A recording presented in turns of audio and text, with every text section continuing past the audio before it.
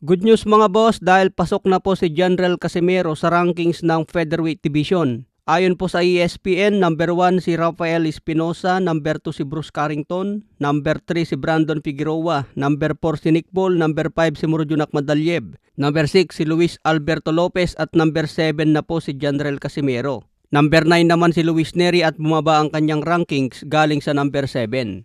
Sa ESPN lang ito mga boss, iba naman ang rankings ng The Ring Magazine. Siguro hindi pa sila nag-update mga boss. Samantala number 12 na po si Marlon Tapales laban kay Bruce Carrington para sa WBC belt. Kung tuloy-tuloy ang panalo ni Marlon Tapales sa Featherweight Division, posibleng umangat ang kanyang rankings. Matatandaan, matagal nang sinabi ito ni Marlon Tapales, hindi raw mananalo si Casimero laban kay Naoya Inoue. Makikita din natin dyan, number 4 pa rin si Luis Neri sa WBC ni Bruce Carrington. Samantala, Michael Angeletti pasok na po sa number 9 sa The Ring Magazine.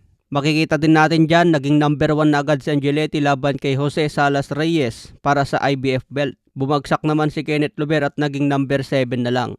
Kaya malaking epekto po kay Kenneth Luber ang kanyang pagkatalo kay Michael Angeletti.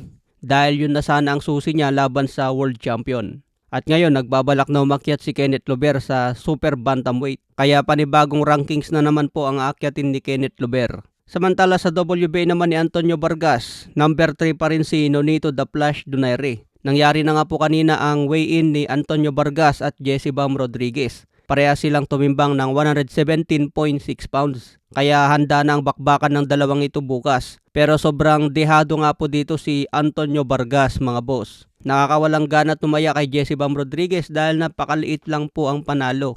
Kung titignan naman po natin ang latest rankings ng pound for pound, number 1 si Naoya Inoue, number 2 si Alexandre Usyk at number 3 si Shakur Stevenson. Number 4 si Jesse Rodriguez, number 5 si David Benavides, number 6 si Bivol, number 7 pa rin si Junto Nakatani, number 8 si Devin Haney at number 9 si Oscar Colazo, number 10 si Emmanuel Navarrete. Samantala sinabi naman po ni Jesse Bam Rodriguez, hindi na raw po makakaligtas si Naoya Inoue. Hindi na raw po mapipigilan ang kanilang bakbakan. Kaya sinisigurado ni Bam Rodriguez na sureball na ang kanyang panalo kay Antonio Vargas dahil hindi na raw po siya mapipigilan laban kay Inoue. Samantala sinabi naman po ng kanyang trainer na si Robert Garcia, magkakaroon muna ng isang laban si Bam Rodriguez sa bantamweight bago siya tuluyang umakyat ng super bantam. Samantala Shakur Stevenson, sinabi nga po na katulad siya ni Floyd Mayweather.